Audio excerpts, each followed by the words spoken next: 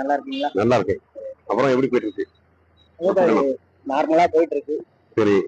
சனி ஞாயிறு 2 நாள் ஓடுது. சரி. மத்த நாள் கொஞ்சம் நல்லாதான் இருக்கு. சரி. இறைவன் கொடுப்பார்ல. கண்டிப்பா. அவங்களுக்கானத அவங்களுக்குள்ள உங்களுக்கு அளந்து வச்சிருப்பார்ல, அது கிடைக்கும். கண்டிப்பா. நம்பிக்கையோட வாழ்வோம். கண்டிப்பா. உங்களுக்கு எப்படி போயிட்டு இருக்கு?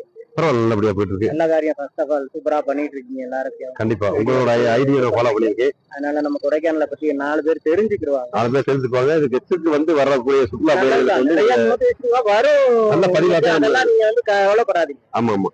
நிறைய இல்லையான்னு வாங்க. ஆமா ஆமா ஆமா. அது பண்றதை நம்ம பண்ணிக்கிட்டே இருக்கணும். நம்ம இது தேவைதான். இதுல ஒண்ணும் தேவைதான். நம்ம வந்து எப்படின்னு பாத்தீங்கன்னா அந்த இடத்த வந்து இன்னைக்கு கொடைக்கானலோட நிலவரம்னு ஒரு எக்ஸாம்பிள் நான் சொல்றேன் மக்களே. கொடைக்கானல் பஸ் ஸ்டாண்ட்னா இதுதான். கொடைக்கானல் பஸ் ஸ்டாண்ட்னா இப்படித்தான் இருக்கு. மக்கள்லாம் இப்படித்தான் நிக்கிறாங்க. இதை மட்டும் தான் நம்ம சொல்லுவோம். நம்ம ஊரை நம்ம ஊரை சொல்லுவோம். நம்ம ஊரை நம்ம வந்து சொல்லுவோம். எங்க ஊர் பஸ்ஸுங்க, எங்க ஊர் கவர்மெண்ட் பஸ்ஸுங்க இந்த மாதிரி தான் இருக்கும். இந்த மாதிரி தான் மக்கள் போவாங்க. அந்த மாதிரிலாம் நம்ம கரெக்டா சொல்லுவோம். இலவச பேருந்து எடுத்துக்கங்க. பாருங்க எவ்வளவு பேர் மக்கள் பயணிக்கிறாங்க. ஸ்கூல் குழந்தைங்க அம்மா உள்ள போங்க, பாப்பா உள்ள போயிருங்க. வழியில நிக்க கூடாது. கண்டக்டர் சொல்லிடுவேன். வழியில நிக்காம உள்ள போயிருங்க.